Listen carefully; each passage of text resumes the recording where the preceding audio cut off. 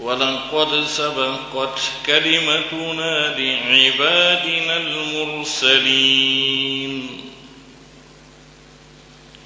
إنهم لهم المنصورون وإن جندنا لهم الغالبون فتول عنهم حتى حين فأبصرهم فسوف يبصرون أفبعذابنا يستعجلون فإذا نزل بساحتهم فساء صباح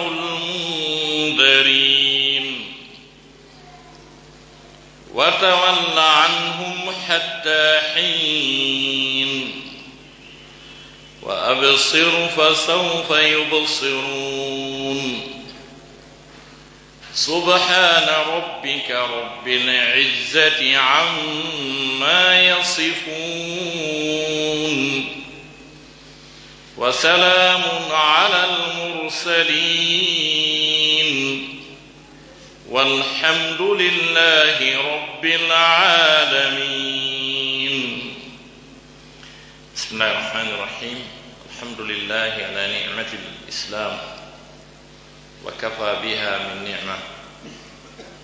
الحمد لله وكفى وصلى الله وسلم على نبيه المصطفى وعلى آله وعلى صحبته الكرام وعلى عباد الله الذين اصطفى، ثم الصلاة والسلام على سيد الأنام وعلى آله وعلى صحبته الكرام والتابعين لهم بإحسان إلى يوم لا مرد له من الله.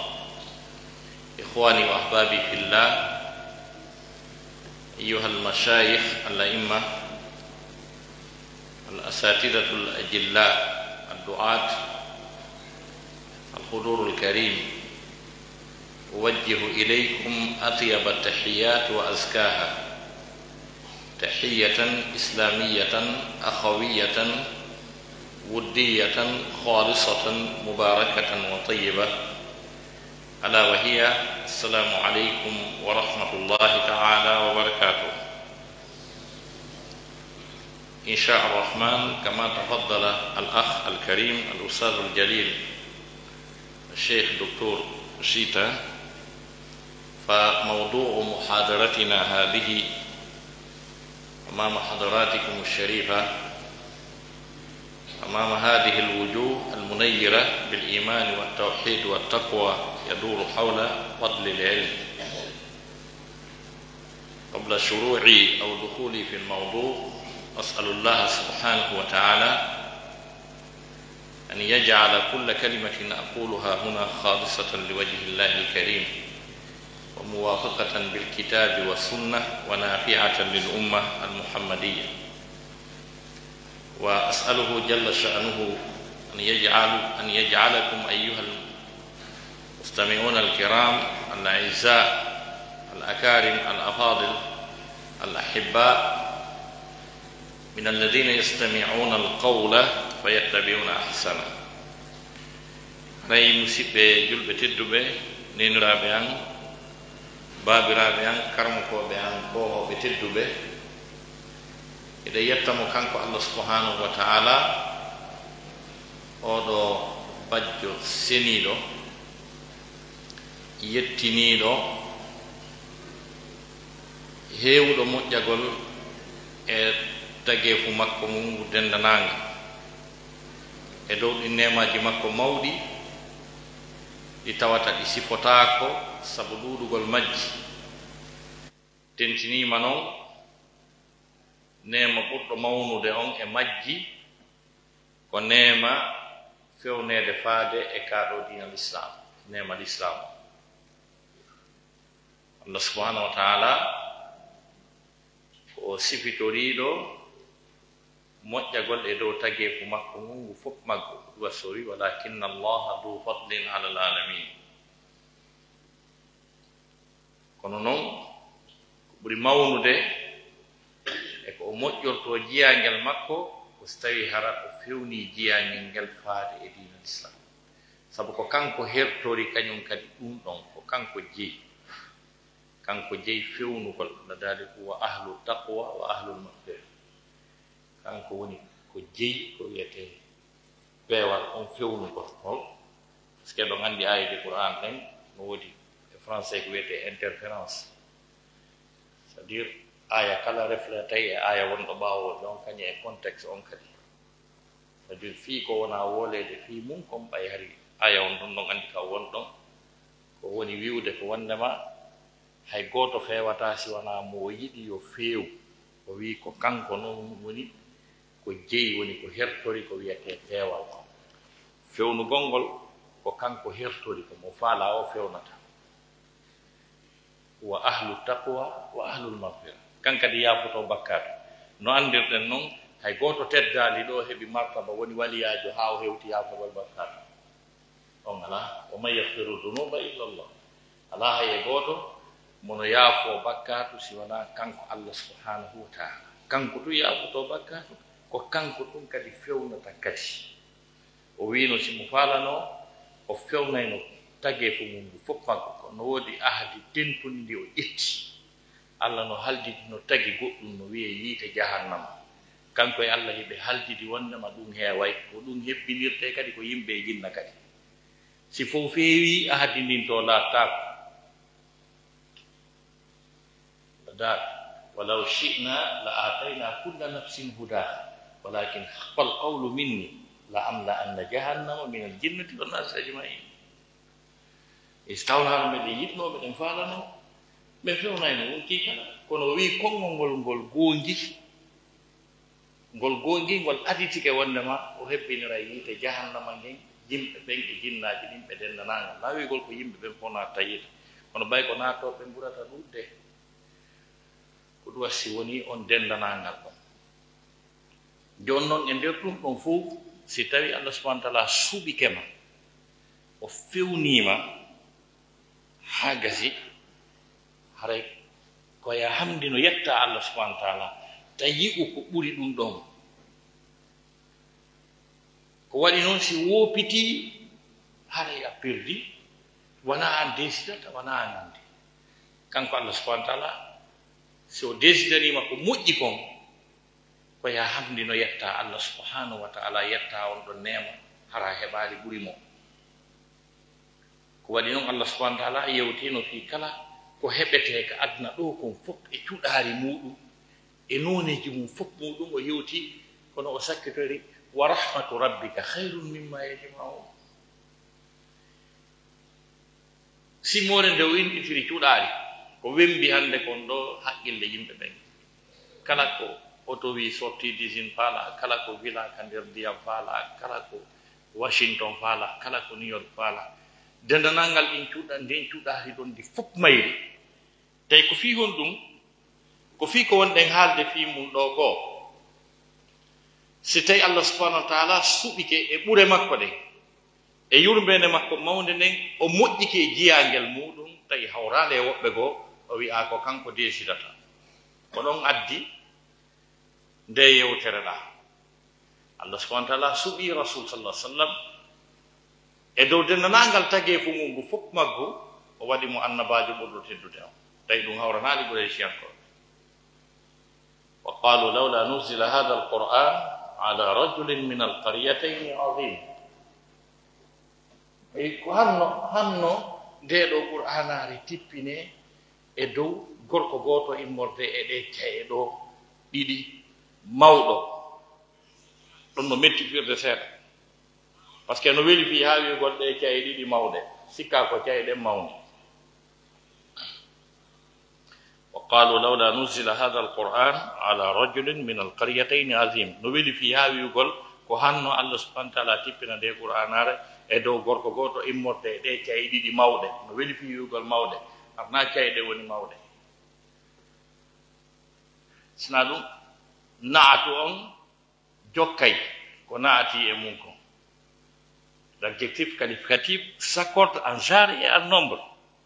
ko wiyete ko naat ka grammaire telento ko ɗum wiyete adjectif qualificatif si tawno hara ko cayɗen ɗiɗi mawnuno naato jokkay no wiyayno min alqaryatayni l azimatayn oɗo wi min alqaryatayni azim ko rajul o woni azim noon waso wiwno walawla nusila hada alquran ala rajulin azimin min alqaryatayn ɗon harayno mettatano fi ɗon hay jalloɓe famayno ɗum ɓe wi wondema ko hanno nde tippine e gorko gooto immorde ɗe caye ɗiɗi saare no taif gorko no ɗon accanaɗo e busapporu e jaawo e teddungal saare no makka gorko no ɗon accanaɗo e jawle e jaawo e teddungal ɓe wi ko goɗɗo e ɓeeɗo handiduno e ngal teddungal harana waali yatimajo abou talibe ɗo bay kon fof men andi towno nenu mum jomba addaɗo Allah daali hum yaqsimuna rahmata rabbik e hala ko kamɓe sendata yurmede joom maɓɓe joni kamɓe andinani nahnu qasamna baynahum maishatahum fi lhayati dunia wa rafa'na ba'dahum fawqa ba'din darajat liyattakhidha ba'duhum ba'dan sukhriya Allah daali wa rahmatu rabbika khayrun mimma yajma'un Allah daali e yoja ko kamɓe sendata yurmede joom ma nden awa yetto ɓe lanni gasi mi sendino gurna maɓɓe ɗan ka adda ɗo mi tewi bas mi ɓurdindinni yoga e maɓɓe dow yoga ka fof no fota karmo koyen fof fotata Allah no ɓurdindinni bes ko tagi ko pew Konakri ɗo ka dungu ndiyam no saaƴa yiye goɗɗo koyɗen ɗiɗi noon no wara emo gufo ka loope mo wiya fi sabilillah wo fewno ɗo yiya goɗɗo no ara mo dari feewi yetti hunde mustam emo pooɗa oto wingi $50,000 tawa iwi kufunewonge base wingi nga teɓɓeɗe yononayi goɗɗo hoore manangu ta mo yaha ɗon mo feƴƴa hakkude meɗen e Allah oɗo o e o e wonɗo gusade ɗa ɓe no fota e fotata Allah daɗo sendilan ni sendi o ɓurdindini safala jaɓu safala accaɗo o wi noon o nunɗu e sendore makko nde liyattakhidha ba'duhum ba'dan sukhriya bimana ko konngudi alqur'ana ɗi tawata ɗi aray tawa prononciation on ko gotum kono ɗi change e maana e contexte kadi utilisa ɗum ya ayuha alladina amanu la yaskhar qawmu min qawmin ko famille mo goto non kono maana on yaskhar ɗon e oɗa ka suratu zukhruf na gotum ko maana on ɗon on e arɗo ka suratu ibrahima woni gotum ma ana bi musrihikum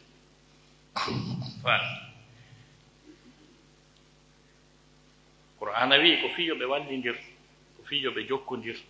si tawno fof fotuno jukki fof foti ngari fof foti hakkil fof foti barki fof foti gandal fof foti laamu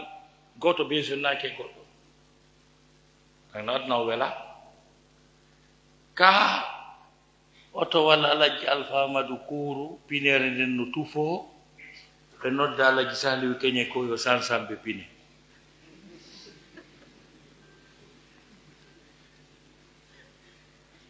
si tawi noon ko sifa ɓen tun mo kala sansana e hoore mum pineri mum de reginana hoore mum hurgo ngo si heewi koye nunɗal makko kanko allah subahanahu wa taala waɗi so ɓurdindinni ko fiyo adna marsu liyattahida ba'duhum ba'dan sukuriya hiɗen nanga ɗo goɗɗum ko mapineni e golle ka plafond ɗo wiyeɗo ɗo ma heɓen neɗɗo juutuɗo usa tawi mo daro waɗa ni yewta wiya ɗe besonni e goɗɗo ko ƴawa ka hoore plafond ɗo to darana en buddum kon he ɗon ko to so kunni darete siko mbiya e plafond on no yewtade lanconde wotere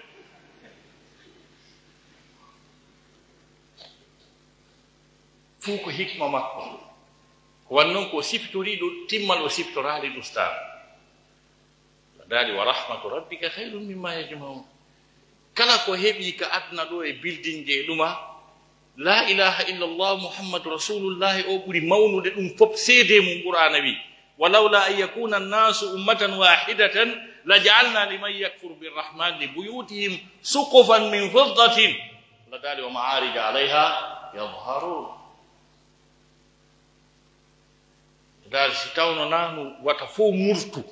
ndaare ɓeɗo ko adna udditani guine en seeɗa ni ɗo gandi haɗa guine en no naata e kolowi no wiye révolution prêt pour la révolution prêt bayla sana konte ari jaltini ɗum e nder gayka ganta e hannde kadi goto famodirtake hannde kadi fino fuɗɗi ñamude haala kadi mum koye si ɓeɗo heeɓi gurdam new yorkejo momi andi on haray ka sabbo hayya ala salata haray juulama e sallimama la dal si tawno nanu yo fof murtumo o ronka heɓde jaɓanɗo mo rewi mo kala darinoɗo yeddimo ɗo kanko allah o waɗanayno mo pale tawa pale on tawa plafond pale on ko kaalisi tawa escalier ji ka tippete ɗon ƴawe ko kaalisi karmo goyen si wi'ama plafond ko kaalisi escalier ka tippete ko kaalisi faman hoorema danke hin e ta bangal e aset jeɗen ko kangeta accu goɗɗo wolani ɗum hanno ko ɗon wawayno wonirde ko ɗum waɗi hiɗen haani yettude allah subhanahu wa taala e dow oɗo nema wiyeteɗo l'islam e tawde kadi probléme on fof hakkude men e taguɗo on kaka angal yettugol nema on angal yettugol nema on ko ɗon si yetti tun nema on en hoolike mo en gonɗinimo hara e programme lette en gaynidi e makko ma yafalu llahu bi adabikum in shakartum fa amantum gonɗum o dañi haaju e lettugol ɗon si tawi o yettimo on gonɗini en juuɗi a rasul sallllahu alayhi wa alihi wa sahbihi wa sallam mo jam e kise woni nder muɗnira sabu yurmen noon ɗen o mofte inchalrahman ɗen arde ka mawdu men fi ɓure gandal ngal e ɓure gandal ngal yewtugol fii ɗum ko yewtugol fii ko feeñi watata wirnaaki suuɗaaki kala ko annduɗon kon fof hino teddire ka hoore leydi ɗo kala ko ɓiɓɓe adama ɓen heɓiri kon fof jam hayran wa afiyatan ɓe heɓiri ɓuttu ɓe heɓiri fowtel ɓe heɓiri teddungal aduna wo lahara wo nene mum e baba mum ko wiyete gandal ko kala ko ɓe heɓiri lorra e tampere e ande e maaba e soñja aduna wo lahara wo nene muɗum e baba muɗum koko wiyete majjere kala kadi ko anduɗon hino teddire ko aduna ɗo ko teddirte kon fof adna e lahara ala hay e hunde ko teddirte ko hecci ko wiyete gandal kon gandal no yeeso kala ko teddirte no hecci jawdi no hecci laamu yiida yaada ko wiyete gandal eɓɓondira e hay e hunde déjà si hunde mawni taw nde teddi ha taguɗo kammol ɗi jeɗɗi e leyɗele jeɗɗi sifitori ɗum e Allah sifitori gandal ƴente ɓurata Allah subhanahu wa ta'ala o ɓangini e konnguɗi makko konnguɗi qur'an ko sifori hoore makko gandal qad farada allahu lakum tahillata aymanikum wallahu mawlakum wa huwa al-alim al-hakim nani ayaw min yon ka tafsir le contexte est primordial quand il s'agit d'expliquer le sens des versets coraniques. Le contexte est primordial pour donner une signification nette en ce qui concerne les propos d'Allah subhanahu wa ta'ala. Le contexte est primordial. C'est-à-dire, fewno ko aya on tippi ɗon hari ko rasulu maapi aani nala saslama aani maapi moƴƴano o jiɓino gerta ko waɗi noon o naati e programme mo nenaka kanko nela sallallahu programme feelore jokkimo ya ayyuhan nabiyyu lima tuharrimu ma ahalla llahu laka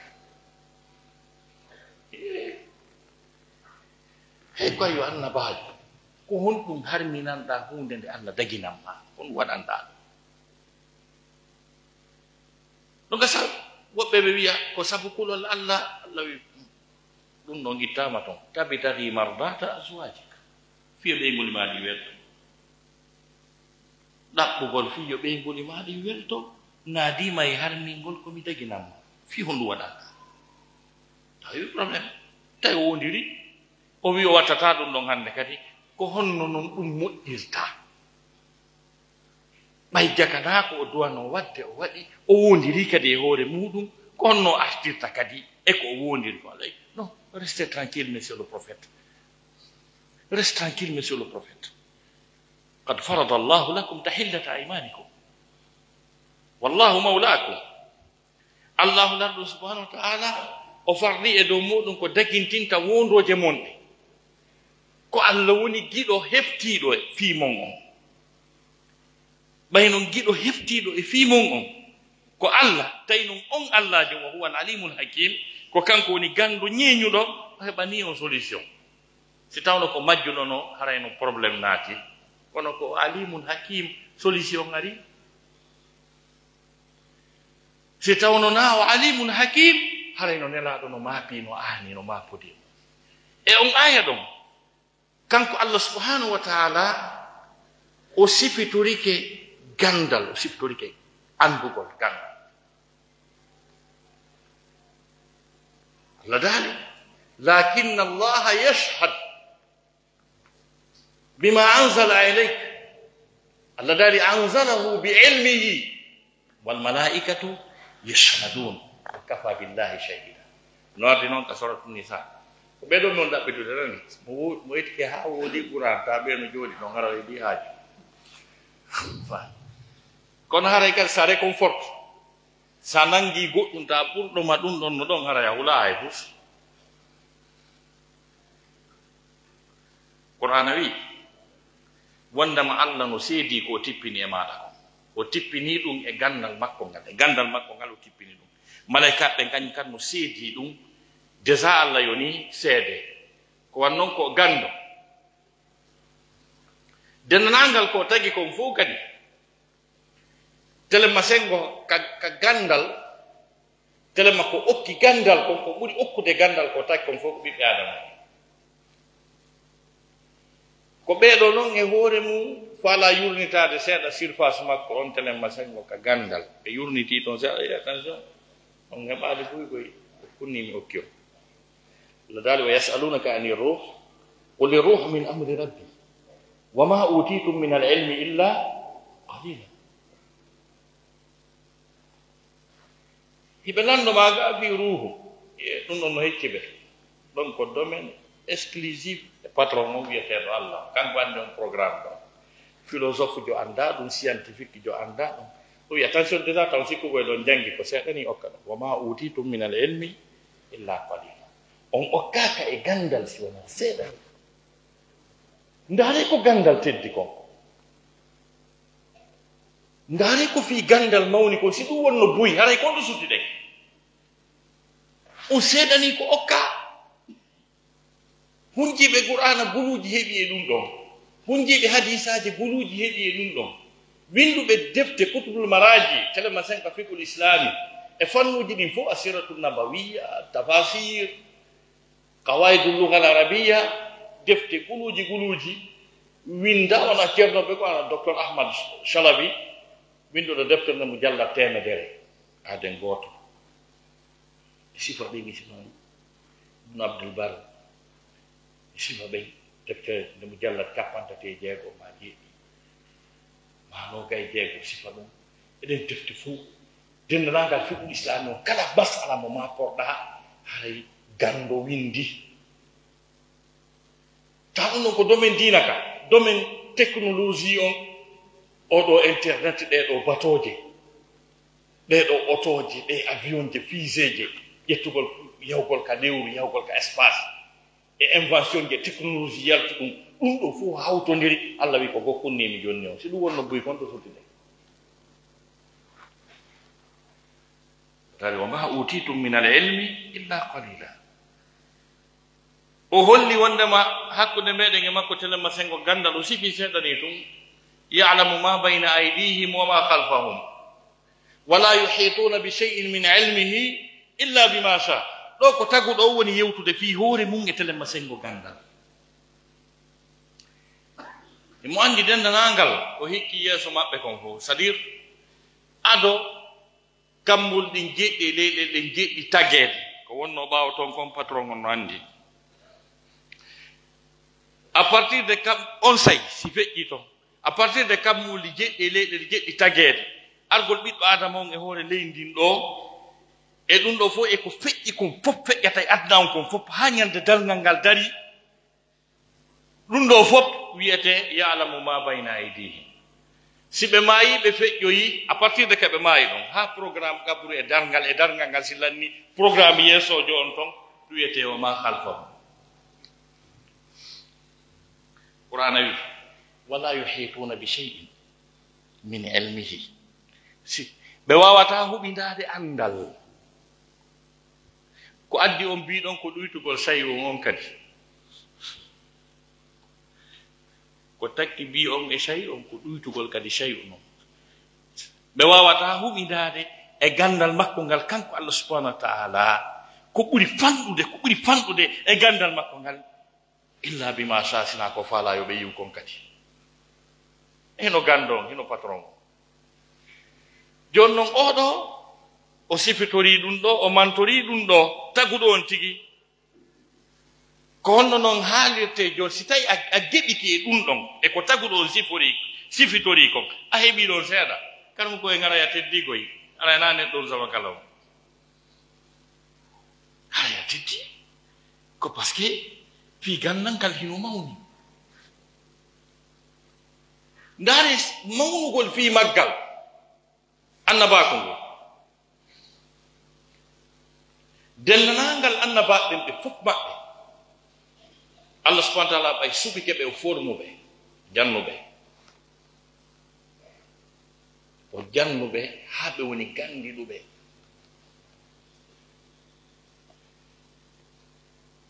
emo addi aya kamɓe fof ɓe naatori wa kadalika ma arsalna min qablika illa rijalan nuhi ilayhim min ahli lqura min nelali ha hande ko additimation wana worɓe ɓe min wahini e muɗum ɓe min janni o addi détail o wola fi seeɗaɓe maɓɓe annabi yahya ya yahya khudil kitaba bi quwwa wa ataynahu lhukma sabiya jogitoro deftere nden doole men okkimo gandal ngal hari ko payko si tawi ko annabi yusuf walamma balaga ashuddahu ataynahu hukman wa ilman wa kadhalika najzi lmuhsinin siko annabi musa walamma balaga ashuddahu wastawa ataynahu hukman wa ilman wa kadhalika najzi lmuhsinin siko annabi yaqub wa innahu ladu ilmin lima allamnahu walakinna akthara annasi la ya'lamun on ko jomiraɗo gandal ɗo wenen tigi noon jannima kono ɓuyi anndaɗo amma si tawi ko annabi dawuda e ɓiɗɗo mum annabi ismail walaqad atayna dawuda wa sulaymana ilma wa qala alhamdulillahi alladi faddalana ala kathirin min ibadihi almuminin jente qouran fi allah iɗen e nder namdi qur'ana wi gonɗi men okki dawuda e sulaymana gandal ɓe wi'i jente moƴƴa ko ɓe wi kon ɓenni men yetti allah ɓurnuɗo men e dow ko heewi e jiyaɓe makko gondimɓe men c'est à dire ko honto ɓe ɓurna jiyaɓe makko ɓen taw yilti tawi ɓen jiyaɓe makko kadi ko gondimɓe ɓen kadi sabu gandal ngal ɓe okka ngal ɓe ɓuri ɓen ɗon e wore ko ɓe woni gondimɓe kon qur'ana wi wa warisa sulaymanu dawud qala ya ayuha nnas ullimna mantiqa at-tayri wa utina min kulli shay inna hada lahu al-fadlu al-mubin Allah dal nabi sulaymana hendi ngal mungal ƴetti kadi ngal baabe mungal kadi hawtindiri woni de ɗiɗi o wi hey kono yo yimɓe minen men jannama hay ko colli yewtata mantiqa at-tayr wa utina min kulli shay min okkama kala hunde yaaki sa heɓi gandal hara ya heɓi kala hunde sa heɓi gandal a heɓi suudu a heɓi doloke moƴƴo a heɓi ɓuuɓungal a heɓi fowtere a heɓi ko ñaama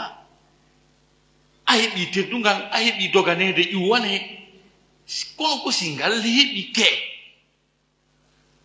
kono mi nana ɗo sukaɓe no wiya a janga ya gayna heɓata golle yiyali fenade ɓurde nden tanke ɗa ɗaɓɓude golle ara janga golle nden ɗaɓɓa e ma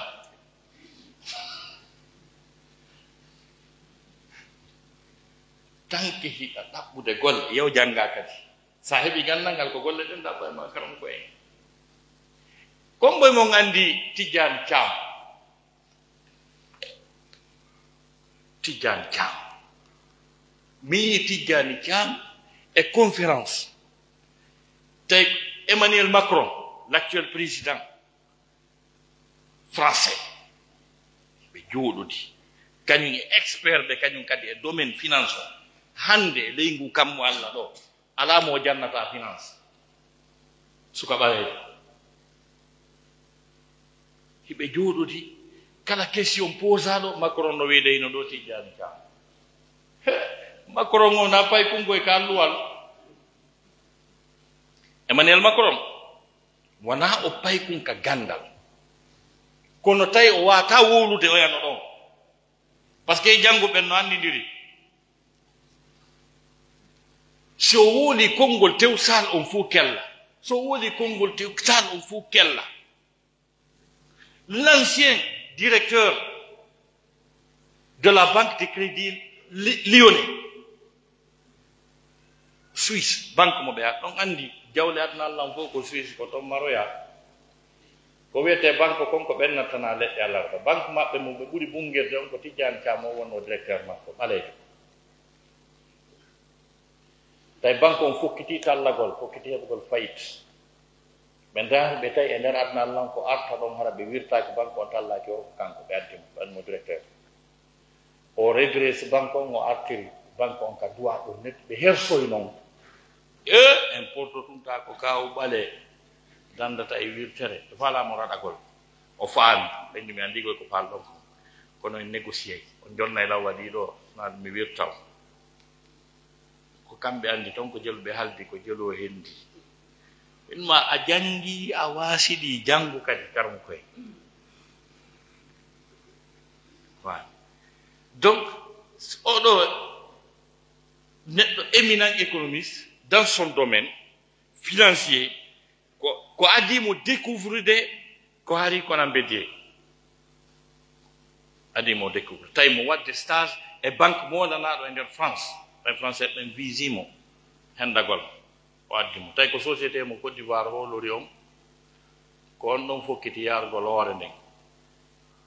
ari ko nan beddi tay ko wata redressude alhaali o wo ko kanko o nelanimo o addi mo ɓay ari ka société ɗum fof welti par ce que ɓe andi kala mbuuɗi ko faala e nder aduna allah o addoye o islam faala mi adda e mbuuɗi tawi woni lebbi bus hitande golloɓe ɗon ɓe yoɓaka o inni taw sappo de mi addoye e mbuuɗi mi yoɓa on mi holla en programme no golliren société o yaltina ko yoɓete ɗon ko feƴƴuɗo ɗin yoɓe ɗon ta kadi hannde kadi o manque take salaire hannde kadi o redressi société on e nder lebbi seeɗaji waɗali a hitande ɓe yoɓa kala ko wonno ɓe yoɓaka kon fof ɓe ɓeytana kadi salaire sabu alluwal tijjani camuta joni noon jogiiɗo on niveau ɗon on no sooma ɗon nanno winde Rwanda ko tijjani cam Paul Kagame kon ɗon addi waɗi conseil économique donc ko ɗum wasi wiwɗe ko wiyete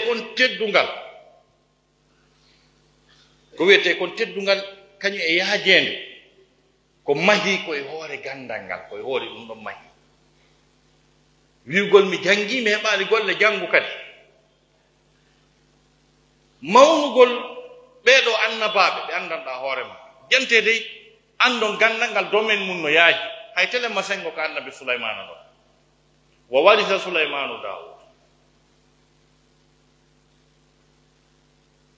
o wi hey ko onon yo yimɓe menen min jannama hay ko colliɗi wowlata ko min okkama kala hunde o wi inna hada la huwa alfadlul mubin ɗum ɗo ko ɓural mawgal communiquegol e colli ɗin andugol ko colli ɗi yewtata an ko tagaɗo sifa ma na sondu ronkuɗa nande ko yewtata goɗɗo node ɗo bon venez par là e taw ŋaccitange o de ɗo gandi mi nanta ko woltati ko on mo wima ya jooɗo ha heɓa 30 ans 40 ans 50 ans andali ko wiyete venez par là wa joni ala ko Souleymana wiyeteɗa tokkoroma annabi Souleymana kañum communique e colli ɗi non ɗo wawi ko chinois ɓe jeeɗɗo fuujinayi si jooɗike ɗo e wolgol chinois ɗum e programme hito colli ko gotum goyi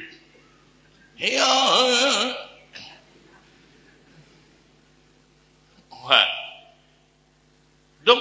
ɗum ko fannugo ko ɗomen go ɗon o yi annabaɓe ɓen ɓe fof maɓɓe allah subhanahu wa taala no okki ɓe ko wiyete gandal konko siforiɓe arrasul sallllahu alayhi wa alihi wa sahbihi wa sallam telema sengo ka gandal hollugol wondema programme maɗa aduna on e programme maɗa lahara on wata marsude e majjere wata jaɓu ɗum ko gandal ngal jonnata kon kañum kadi e nafoore e joddi eɓɓodira e goɗɗo goo ko julajo wiyata waɗi hunde kaari 1 milliard fi juulirde nden waɗi ɗum ɗo fi juulirde nden ko gando recette gando ñallal gotal no ɓuri ko kaw jula ittata sadakaji e ɗum kiita yaɗa wona gotum surtout fonɗo sa waɗi ɗo yewtere l'islam par ce que jentagol darugol tu yewtere nden ko baraji ɓay ko moƴƴi wona darede ko boni wona no darede ko bakkata e nder aduna allah ko yimɓe guluji jellu darata ɗum en direct kala ko ɓe heɓi ɗon baraji no yaade ka continent ara ko maɓɓe kon ɗuytaka na noon kadi feere si ɓe gollitiri kañum kadi ko wonton ko na noon feere kadi si ɓe tinninoyi kadi goɗɗo go on tigi gollitori tanke ɗum ɗon no gollitirede ha ñande ndal ngal dari umma kum no yaade ka compte ma ɗum no yaade ko wiyete waɗi 1 million ma 1 milliard fi jolede nden ma fi goɗɗum go wata wonde ko ɗon si ɓoɗa wi ɗum ɗo ko ɓuran mulananga hollugol wondema fi gandal ngal hino mawni nelaɗo meɗen Muhammad sallllahu alayhi wa sallam o moɓidirno jikkuji ɓurɗi mawde e jikkuji ɗin fof payda jikkuji annabako ngon fof haari timmirimo ado o nelede o sujanali sana murahande o yawaki mawɗo o tampinali paykum o salaki nelal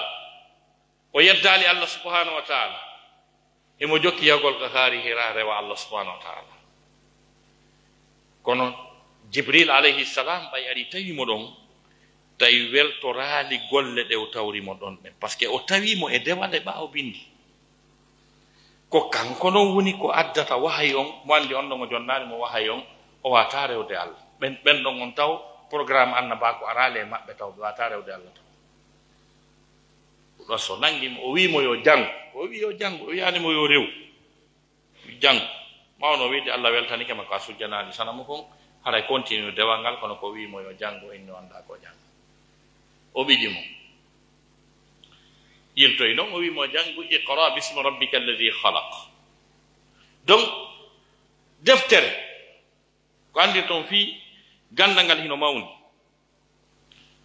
deftere nde anndanɗa hoorema inde jogii simoje 114 jusu 30 hisbe 60 ayeje guluuji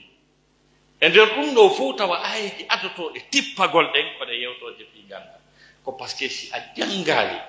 et pourtant le mission annabaɓe tigi tigi ko honɗum ko mission tawhid ko fi Allah wotindinne o waɗe gooto hara o kafitaka e hunde la dali yunazzilu al malaikata bi ruh min amrihi ala man yasha min ibadi himo tippina malaikajo Jibril alayhi salam wondude e wahayo e dow yamori e makko immorde e ɓemɓe o suɓi immorde annabaɓe mission maɓɓe on ko on ɗum an anziru annahu la ilaha illa ana fattakun waaje janne wondema reweteɗo wo ala si wona min Allah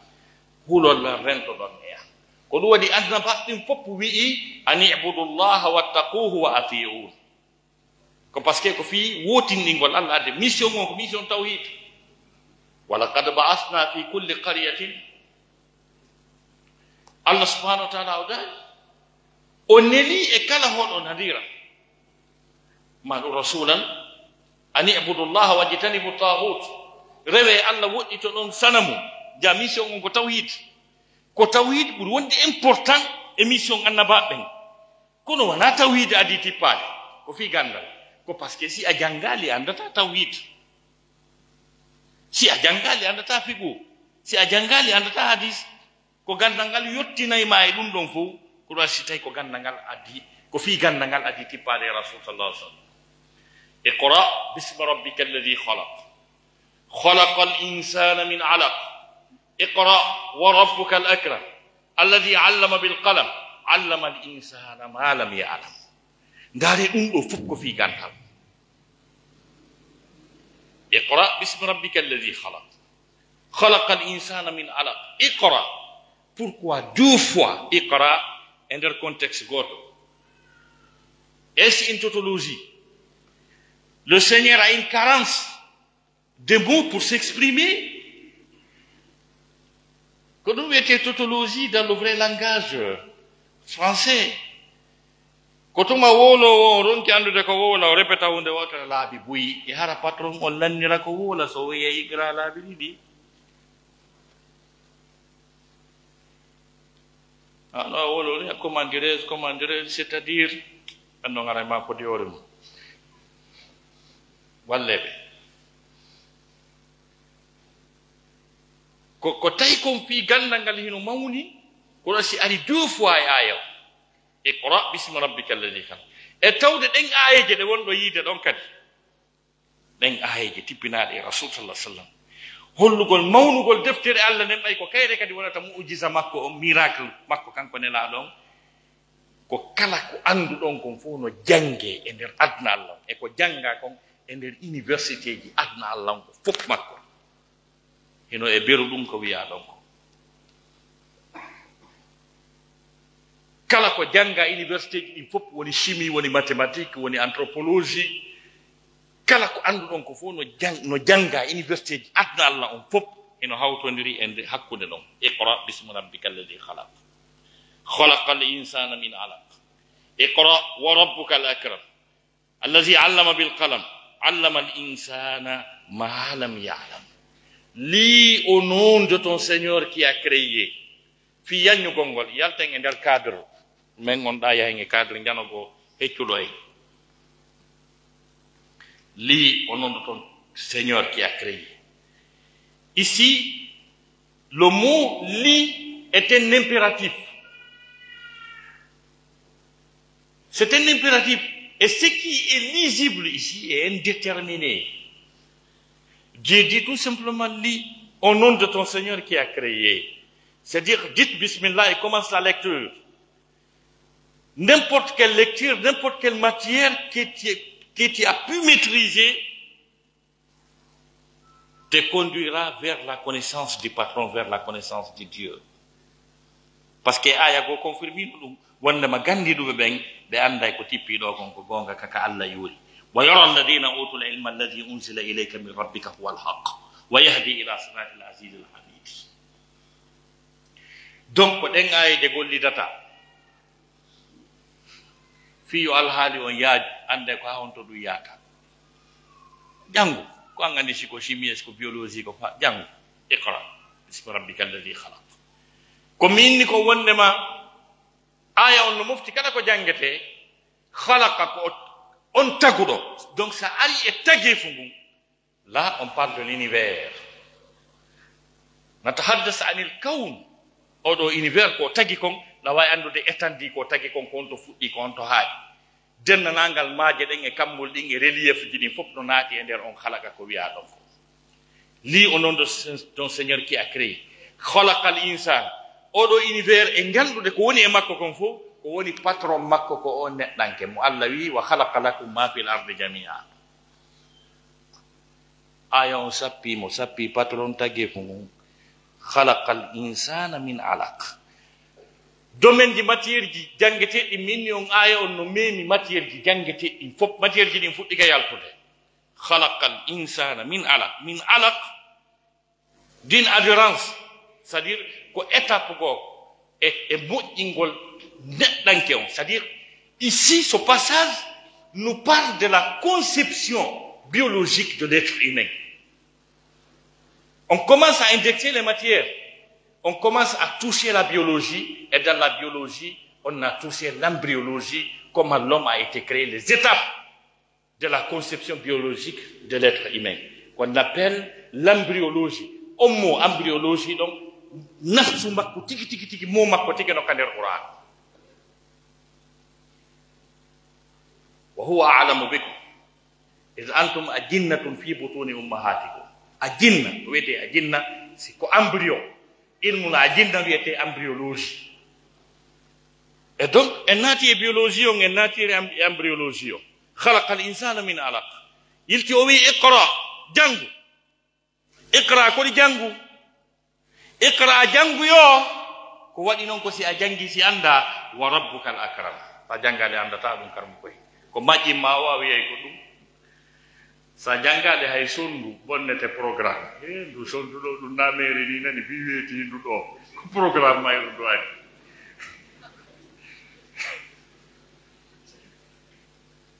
Sa jangade o univers mo jeyda mo donoda manipulude. Gerama ko falda ko o hurbinayma. Ko dum addata moko ba kañum tu wolito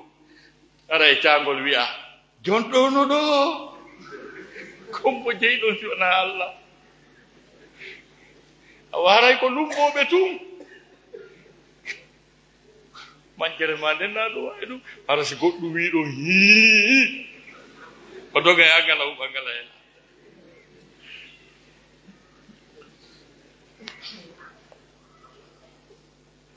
Donc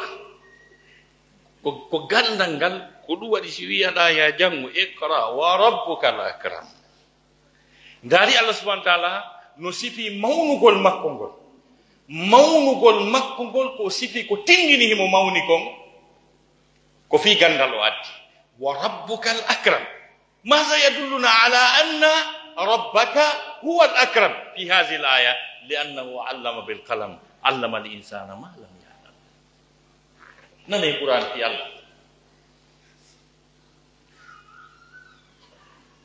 anawi jang ko sa jangi si Allah ko duuma ma ɓuri mawde kon ɗum tindini ko jooma maɗa ɓuri mawnude ko par ce que o janni karambol ngol o janni neɗɗanke on ko anda allamal insana ma lam yalam se ngarti o yakote to dans ce passage coranique Allah subhanahu wa ta'ala a parlé de l'être humain 2 fois Aranundum, il parle de la conception biologique de l'être humain. Deuxièmement, il parle de la dimension sociale et philosophique de cet individu humain. Motawata ko kanko doit gérer univers on. Fewja e hoore makko kanko okkangal teddungal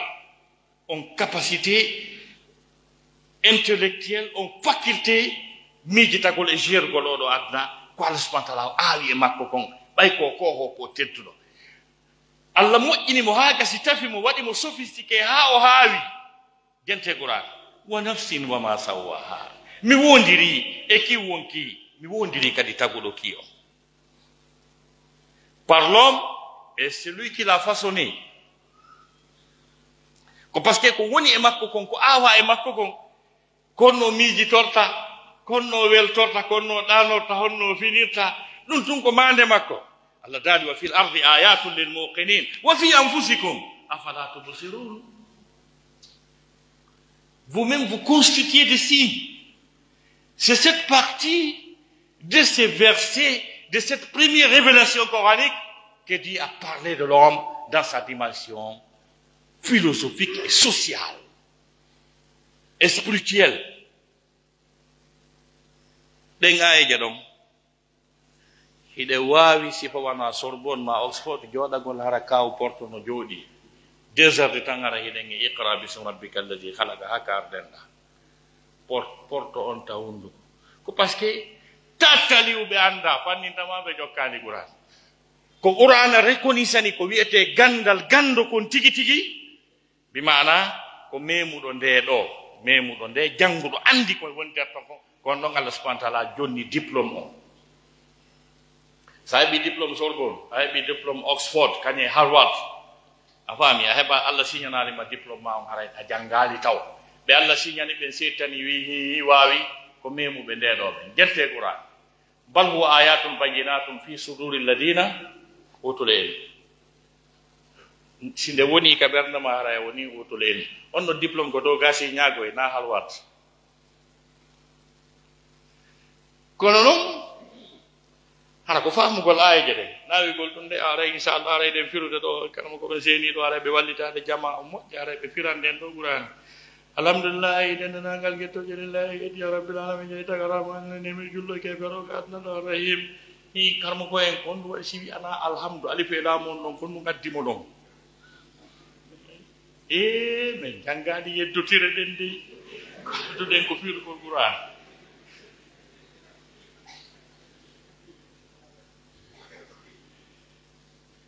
donc si tawi niveau famugol Qur'an am hewti niveau go patron on doga signani diplôme o joni a woni utul ilm mbayde woni ka nder ɓernde ma andi ko nde wi ko donc teddugol gandal ngal yoni en ko tawi kon ndeɗo Qur'anare ayji aɗiɗi tippade ɗen tippike bi mana e tawi ko ayji yewtode fi gandal e tawde kañum kadi dendanangal nemaji ko Allah subhanahu wa ta'ala okki en kon fof ko adna ɗo ko fodi en kon ko wawirte en heɓirde ko gandal ngal par ce que Allah ɗo wi wadirali dinaka l'islamu fi en tampo ma anzalna alayka al-Qur'ana litashqa nous t'avons pas fait descendre ce Coran pour que tu sois malheureux c'est-à-dire l'islam n'est pas synonyme à la malédiction l'islam n'est pas synonyme à la pauvreté l'islam prône le bien-être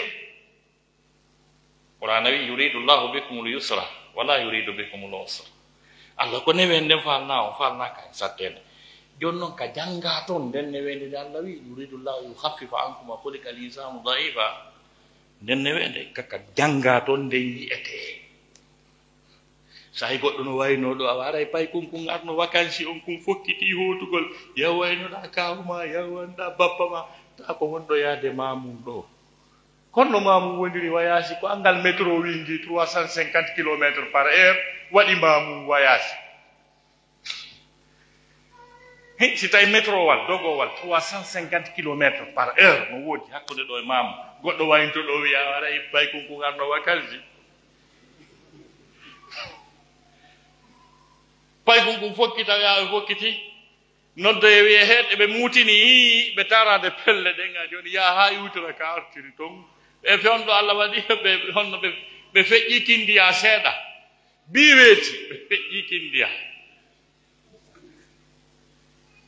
newende nde Allah subahanahu wa taala foti aduna on nden ko gandal ngal wawi en hewtinde ɗon sina ɗum normalement goɗɗo no wawno yaade sere kode hiira arta 350 km ɗum fois 3 andi e nder 3 heures du temps harayɗa takko sere kode jon noon sa waɗa ɗo honno wiyete yawgol ɗo sere kode ma wona ñallal ma barɗe ɗiɗi ko sous développement waɗi ɗum ko basal ngaluuji ɗi Allah subahanahu wa taala okki en ɗin ko gandal ngal jonnirta valeur o mi jonna un exemple par exemple wano misal ni wona laggene deuxième producteur de la bauxite mondiale après l'Australie et puis ko bauxite men on ɓuri moƴƴude omo Australie kadi imagine daare hakkunde laggine Australie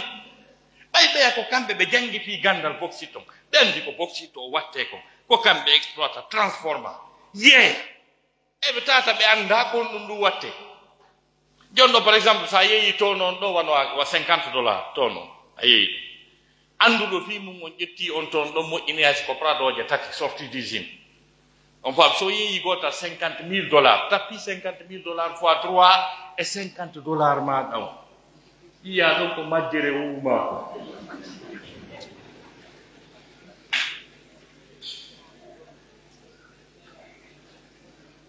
ay ko ɗo suttiɗa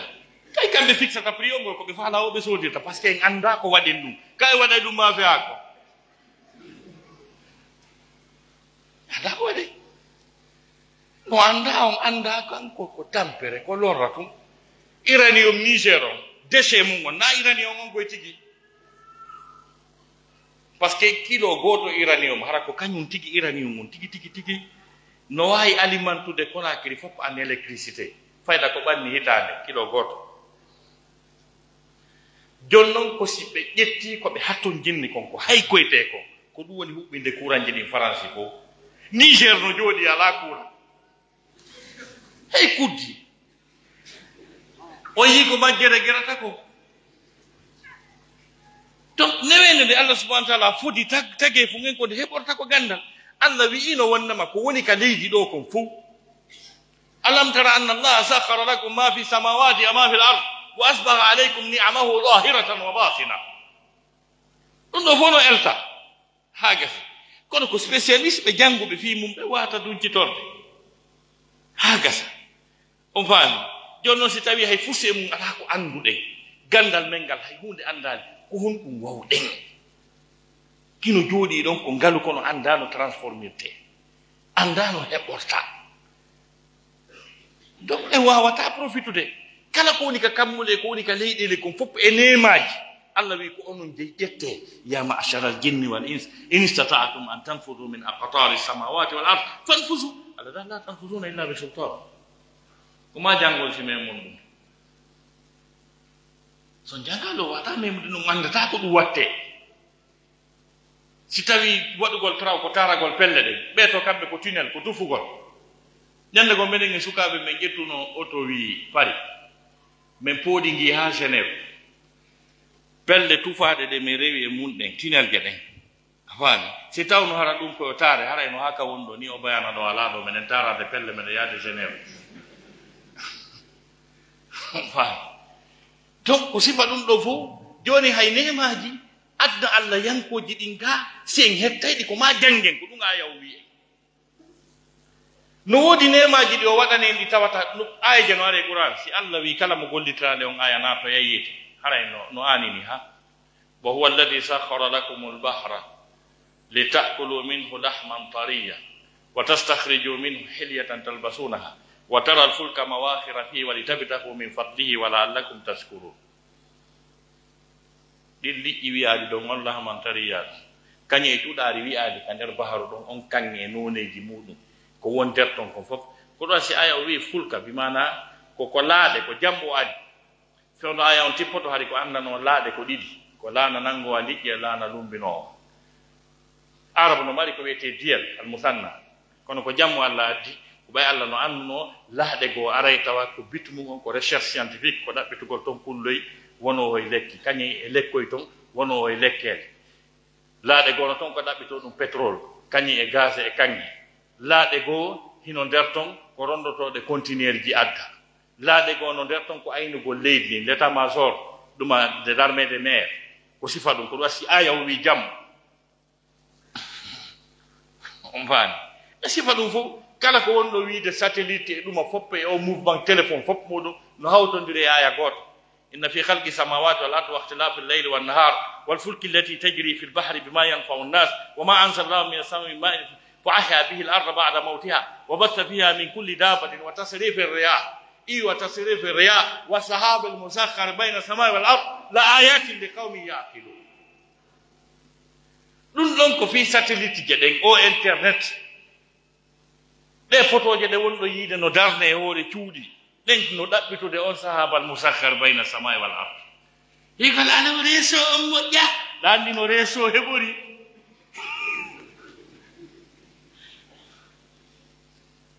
ko gandal addi reso fopp no signalaka Qur'an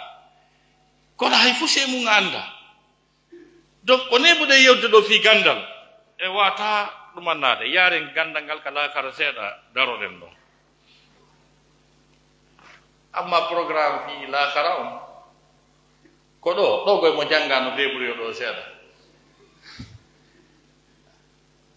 kayyaɗa o ɗa waɗa vinto pouf anda chimie analytique anda hay ɓuttere man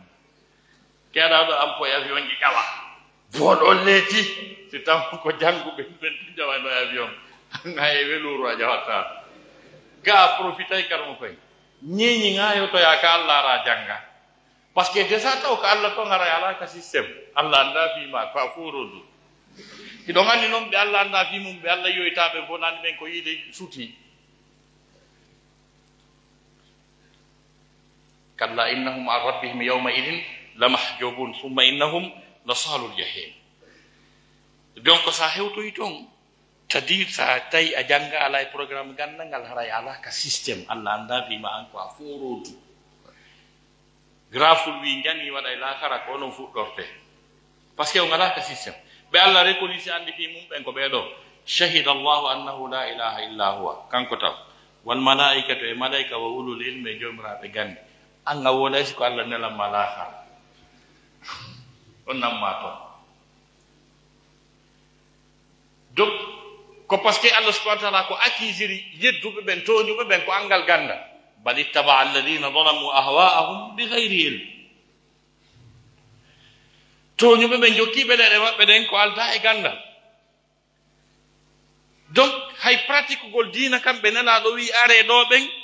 ko wonɓe programme jande qul inna hadihi sabili adu ila Allah ala basiratin ana wa man ittaba'ani ala basira ay ala ilmin min e kala jokkuɗola sa wi noon ɗa jokki nelaɗo ko sunna on tattali o anda nelaɗo anda fima o langoyo wi ko wi ana wa man ittaba'ani ko ala basiratin jonno jooɗo hara janga anda yude e donc gandal ngal teddungal maggal laakara ngal kañum no mawni nena sasna maaki goɗɗo aroyey laakara ta golle makko ɗen peese ta fof no timmi o jonne tike naatugol aljanna o ala direct ka aljanna malaika ɓe koto fukkiɗo anna ka aljanna mi anna kon ɗum holli est ce que aɗa jogii tike o mo holla e ta wi effectivement mo duwanaka ɓenna yaw ɗaɓɓitana men jannuɗoma o ha wawɗa gollude golle addude maɗoɓe addamo taw o yaw ɗaɓɓito yakarmo ko makko usage makko ɓe ala malaika ɓe wiye usage o naata o naata ɓenna ko ɗo natta to si naata joni noon sa dari keɗon ta ko guluji jannuɗa ko jelu wippodira e maɗon ta ko tuma naɗɗa o ta siɓe naata e tawde kañum kadi gandiɗuɓe ɓen place ji maɓɓe ɗin ka aljanna hino mawni se gatti aya wiɗo yarfa illahu alladina amanu minkum alladina utul ilma darajat Allah subahana taala hino ɓanta ɓe gonɗiɓe moɗon kañum e ɓen okkaɓe gandal darajaji no asi tawi yimɓe ɓen si naati aljanna ha gasi sélection on ko embere gande alay ka ɓe ala ndara on groupe ɗon ha gasa ndara ɓurɓe jogagol gande ɓen e ɓen ɗon naɓa ɓe e nokku ka ɓeeɗa yittata ɓe aduna ɓen ɗon kasi yehi ɗon malaikaɓe sélectionné ala ndara ɓen ɗon kadi ndara hakkude maɓɓe ɓurɓe jogagol gandal ɓen naɓa ɓe ka ɓeeɗa yittaɓe aduna ɓen ɗon kadi ko noon sélectionnante ɓurɓe jogagol gande ɗen toujours haray ko dow ɓe suki ɓe a wata yiide ɓe wata yiida yaada e ko wiyete gandal ko donc jama on noddama faade e jango ko jama siɗen faala développement sen faala ɓuccu sen faala teddugal adna o lakara o e waɗa e gandal ngal sooɓe ko ɓuri ɗurde noon e men yango to yango ha heɓa place ji madina ha ɗumanno ƴetta kadi ɓiɓɓe mum ɓen kañum kadi walka e ɗum ɗon jon sa heɓi an a heɓano chance heɓugol mawɓe yoɓanoɓe ma jangga allah okkorima jawdi a darni étage ji a heɓi jawdi darno ɓiɓɓe maɗa ɓen jangira wata ɓiɓmaɓe rew ko rewata ɗo hande mi andi tawi oya combat mo Mike Tyson wanno oye kawo mo wanno ya uttere wotere ya piiti focci faɗɗa ɗon gerew lanni ɗon on fa 38 millions de dollars waali ɗon journaliste on ɓay ari félicité mo e fiiɗu média ji ɗin fof woɓɓe goo wi ɗon Tyson ɗammari ɓiɓɓe to a heɓi teddungal e o boxe ko honno a naada e ɓe mum Mike Tyson wi si ɓe suɓike uttere nden ala ko mi wawi kono saga mi uttatake ɓiɓɓe am ɓen utte Mike Tyson wino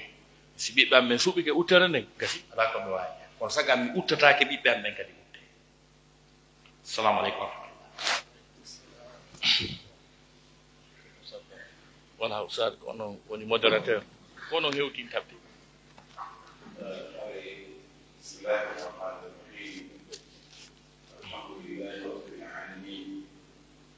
والصلاة والسلام على من لا نبي بعده عليه مسكين يجي الله سبحانه وتعالى أمر الليل ويوجد يجري الله ولا نفر يوجد أي وفي أن اليوجد سيوتر إلا نقدس يجاسي أكون لكم ma uli hakkunde yimɓe ɓe jawtatande mo jowa mo faala yetande makko kanko tu ara yitoto wakkilo ñande gandal banta e neɗɗo jaaso waɗa no teggo nde towi allah subhanahu wa taala e mewnaki jangge hay noon ko mapirilan seeɗa yewtende no lawaani foti no waktu no haram hanuno ayne skaɓe natto aynode yewtere moƴƴa kama joɗagol ɗo tun moosa jala wiya ɗo kama koɓe wiɗɗito ko tampa ɓe wata yewtude ɗum ɗo ara ɓe wurnaki piiji ɓe wurnaki defte anda joni a jala ɗum ɗo ankadi ko ɗum ɓe ɓura waɗde ɗum ɓe ɓura waɗde ka joɗɗa ɗoni heɗiɗa muhadara sifa oɗo yewtata sifa ɓeeɗo yewtata nondeteɓe ɓe ara ɓe naata sifa ɗi compagnie ɗi jari wonni ɗiɗɗuɓe ɗuɓɓetore on tigi naata teppum kañum ton tu yeeɓa hakkille mum gokkuduni e ɗum allah okkori ɗum ɗum isan ɓe yita ɓaawon ɗon an suka jooɗiɗo ɓe tuɓeɓe ɗon ɗum miijiɗan kadi wadde ɗum ɓayi a waawi waawi an ka daraade jannga darota ko ɓuri hewde kon ko ɓe jooɗiiɓe yeeso an ɗo ɓe ko sukaaɓe tedduɓe fayde kadi ɓuri ɗuuɗude kadi juulelɓe nga fayde yimawɓe ɓe ɗuɓi towɓe ɓe hay waɗalayina laani imam ahmad hamdan eɗan ndeke imam ahmad إلى متى تأخذ العلم وحمد محبة كذا ومين من المحبرة إلى المقبرة الإمام أحمد فانظر أنك تعلم حجون أن يتدخل يعني المسند إمام أحمد ndero e ngandi kayiteje on teto ɗum e sanaduji ɗin ɗum no jaayinte wala sallallahu alayhi wa sallam ومن المحبرة إلى المقبرة من جنجي tiidore ngal haa ka ɓe yaare ɓe jannde fiyo heɗi wano ngal gandal o wonde fiɓe sikka ɗum on hay ɓe o wedditaake fattane yimɓe moƴƴi neɗɗo onayi togo yimɓe ɗum waɗi si ceerno samba homɓe yaaɓe maaki al ilmu awla ma atanayta bihi ba'da albulugi likay ma tusiya amala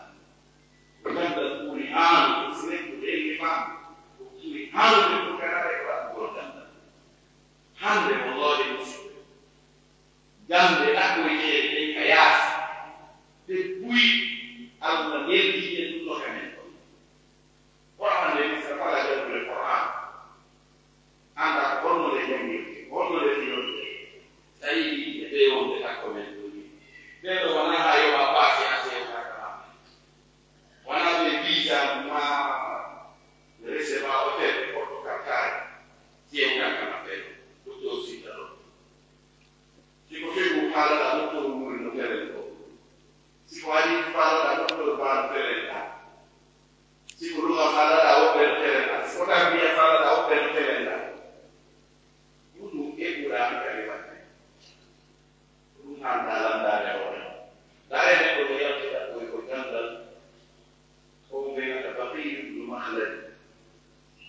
o wi andolos o wi bagdad ɗaɓɓugol gandal ko fewno leñña fewno yaltata ɗaɓɓugol gandal tawi ko kanko yimɓeten hadisul maghrib o wimi ɗon o nani inde imam ahmad bun hambal o wi o jangoyi hadi ɗoydude imam ahmad o wimi o yewtoyi bagdad o tawi imam ahmad bun hambal fewno ɗon jarra wewno yende makko imo ɓiyeede mo soka wawi wonde wimiri ka woɗɗi miɗo faala yidde imam ahmad ɓe daari kaw iri ɗon ko woɗɗi noon ɓeydu bande oɗo ɓe yiɗi wona to tawi imam ahmad ɓe yiɗi o ɓeɗo ariya janna ɓeɗo ariya janna koyi kon jangirene man mini no tongana jannuɗo no tongana waaja ko tusini fof a yino tawi on ɗo o ɗiɗi kami wi ton ɗo min a jannayi koye yawa ɗum so tawi a faala janguɓe kon watta wattu hoore ma toroto yalta minda awa haka winde a dottaka winde a dotta dik a dotta kayit arda e ɗum ɗo arama hewta ɓawotaka babal kam sukki ɗum jannete ɗon ɓe wi al ilmu ma tadrak bil hala wiyete gandal ko yawata e mum ka huɗɗo woyna ɗum na gandal sa on jag aray deftere yeeyayi oɗo ɓay ko hewti hay wontuma so torare ko wiɗenata al ajra akramakumullah al ajra akramakumullah o aray mo fiɓi famnano ɓe no woyi tampenono ñande torare anda kanko mandi fami o ara o yoɗo kadi ɓe baba ɗon ɓe ɗaccede fof ton o yoɗo ɗo imam ahmad fuɗɗo to hadathani fulan an fulan an fulan an fulan ani nabi sallllahu alayhi wa sallam ɓe janto kadi ɗon o yentora noon o ƴettira ɗum ɗon noon o hota ɗum ka suku sowrinɗaya sene yinama ɗo joni muhabara mo ɓeɗo waɗa hen ɗo yen o noon windoyen mo kasu o jeɗo windoy ka taw neɗɗo ɗo windoyoɓe ko mandita nafa muhabara ɗum ko saayi ko mandita kono ko tuduɗa hen won nafa muhabara ma ha waɗi waɗare yimɓe musidɓe julɓe woni tuuɓe yimɓe deftere ton mi yiiray on e nde yahon ƴeewon nden janngonde ndaaron yi'on worɓe maarifatul rijali kanzum annduɗon worɓe ɓe ko ngaruno deftere nde ɓeynande almushawwaq ila alqira almushawwaq ila alqira o ɓeyi on goɗɗo no jangi sahih buhari laabi capanɗe ɗiɗi yon goɗɗo no jangi muwatta maare laabi temeɗɗi an ko laabi temere koɗa laabi koye wattane yiga moƴƴa hay no weltineɗam moƴƴa ko tawi mi yiɗi nder ko sukaaɓe woni nder ko sukaaɓe ɗumi moƴƴa o gasa watte o muhadara ɗo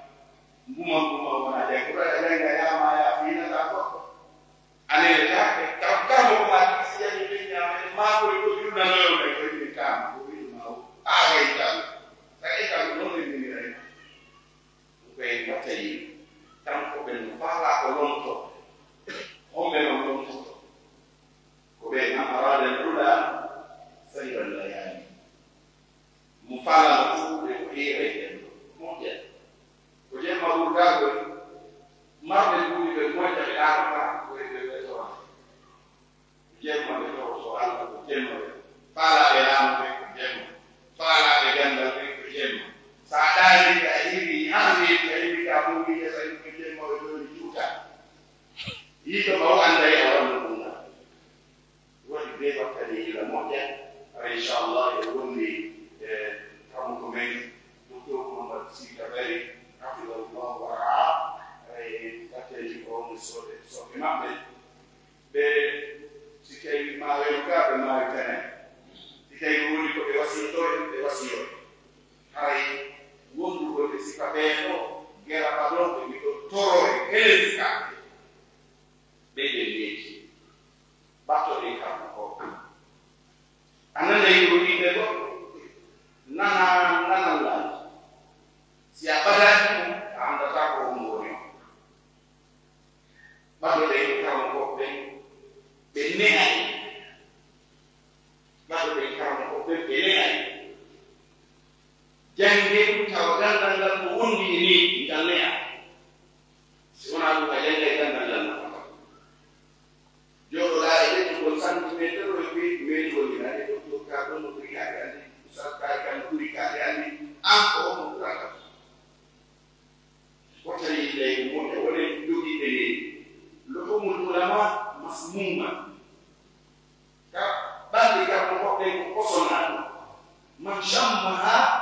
mariba mo nummi keɗi o nawne wa man akalaha maati mo ñaami ko maayi kanko ɓe teddine ɓe si goɗɗo yehi jangi e nokkiri anna fof woni futtude on ɗon jangi ha o seedanama o irranama oɗo hande weɗi gandal andini gal goɗɗo si tawatta ko janga oɗo hunduko maako mema ko perto woɓɓe ngoori wonɓe mbaɗa ɗum ɓe ɗon kañum nafta ko nani wuraadu neni ko neeni no famɗinude hande ɗummoni rewno ɗeɗo kamɓe koɓe ta goɗɗo jentotoɗo ala ɗum ko masi gon o haɗi ɗum ɗon kadi ko koko ɓe wiɗo ko majjere ɗum woni e fawde wono ɓeeɗo ɗiɗani ɓayɓe tini docteur Sida ɓe ittino ɗum docteur Sida ɓe awaram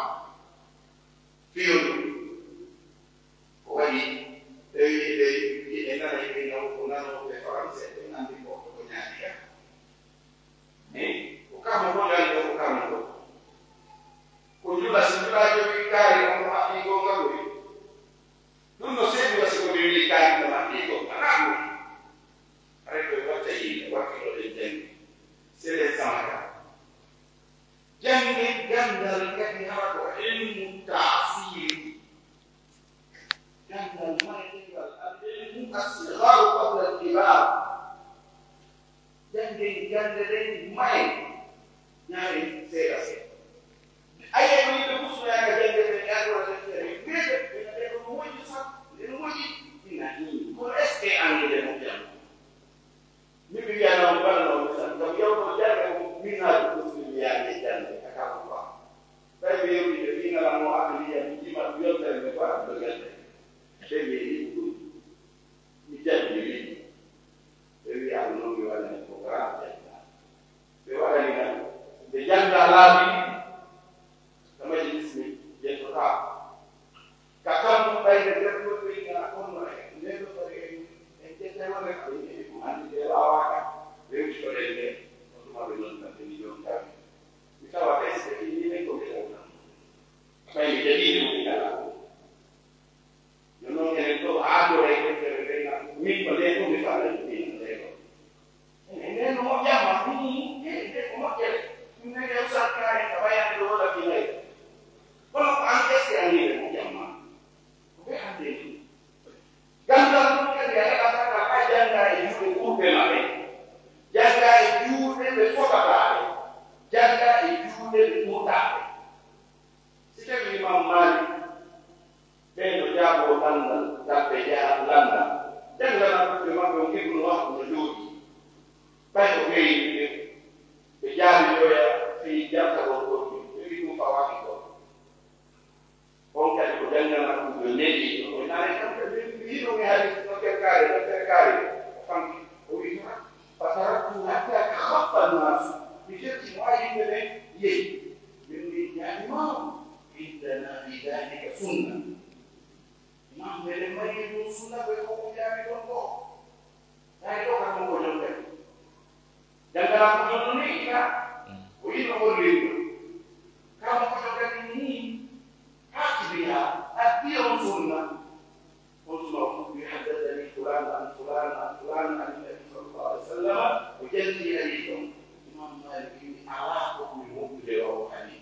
حي ناري مع جلالته بحي ناري وينال الإمام مالك ولانه بجابي وند مسلم يجاب كل ما أكمل إذا نقول وبعدين سيجاري كذا كذي بين رواية الشيخ عن البيبي وتوقع رواية أبي عن ولدي رواية ولد عن أبي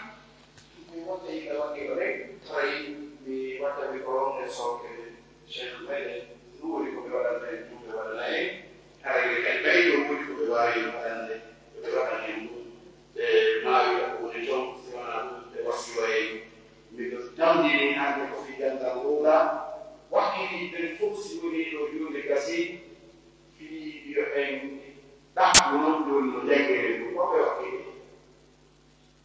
في جنة الأولى وفي مجد غير جنة غير ميت وفي وفي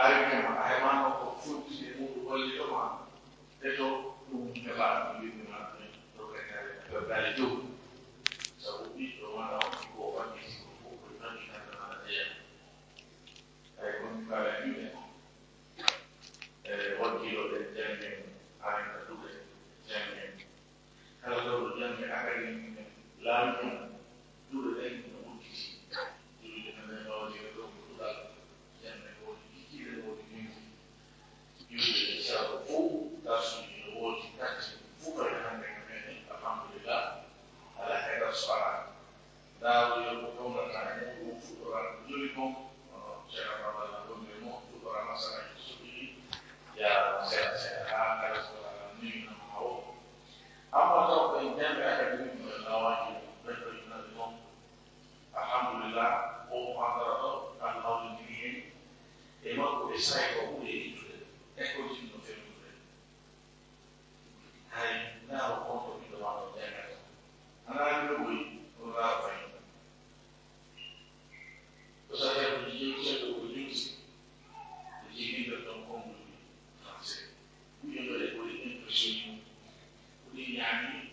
Lebih bukan saja dulu, ingat ya, kursi dulu, kursi oleh oleh sosok oleh siapa oleh hari itu, ada yang siku, yang kalau saya mobil tunggal bukti, sunnah berpengaruh, lah, ngawal itu kalau kan kita fusna kita, yang berjaya untuk Yesus, usaha bikin kotor, Cina bulu itu fase bulu ya, ada yang jadi, nanti berjalan politik Cina yang bersetong, berjalan Cina kan berjalan orang kan tangkap, ada politik fase Allah ini bulu kita komen bulu, ini bulu orang akan itu kawan kawan ada yang Sunya lagi, lalu akan menyokong, untuk fase oleh Serangnya itu faktor dikaji atau ini yang mana ini yang sampai itu pada orang yang nawarkan. Kalau orang yang Yesus nasihat pasal, yang nama itu muslim Muhammad oleh dengan bentuk sektor dulu, ekonomi internasional modern sektor dulu alam. Itu bukan berarti PLC itu berkaitan dengan seperti untuk yuki mufawwal itu yang disebut dengan yuki awal untuk pertama sebenarnya yuki itu yang masih ya repot tinggal nanti kita berjalan ke Cina yang luar hari itu orang dengan dalam satu Cina mulai Cina orang ini jalan ambil buku itu udah kayak buku itu orang di bawah itu orang yang kayak orang yang kayak kalau orang mengambil makro, orang pemohon ujian dari pemohon cinta pemohon nanti, dulu ujian yang boleh tahu, saya ujian, ini ujian, sini ada ni ada, sudah lekuk ujian ini kita menjaga, mau jadi betul diwali, boleh disiko Allah Musa, itu semua dia kita menunggu proses menunggu masalah. Itu imana ini jangan. Jadi sebenarnya tahu ini itu lalu tahu ya sih nanti boleh orang itu mereka tidak apa itu kita tahu. Jadi kalau ngomong dengan sih baik kalau ini cuma tidak menjaga. Kalau buat ada orang yang boleh itu ada yang masuk Fuga itu, memang boleh sekian kita dimasuk. Kolej itu, lise itu, universitas itu, lupa apa yang perlu berprofesor di kategori Indonesia itu, jangan lupa itu masih yang perlu kita mengenai tradisi itu maupun rasa posisi yang ada untuk masuk itu perlu dimasuk. Saroki dia yang di atau di masukku. Semuanya kami lawan apa kumpul, malu sangat karena semua dari untuk anda lain. Dan berkait sama, agenda dan bersama semua orang sukses. Jangan betul alhamdulillah. Ya ada orang barat kondom di dunia ini dan di lawan berada. Sudah orang yang betul juga bukan betul sama bahasa penjelasan kerohanian itu oke itu jangan dari kiki jadi orang bisa yang bisa jangan dari itu kita berkomunikasi begini kan itu mau dari pengelola sangat parah itu ada mau tapi nunggu lagi itu dari yang jangan kamu kalau bukan dia. Kalau kemudian kita ramai, kita malam, mungkin jadi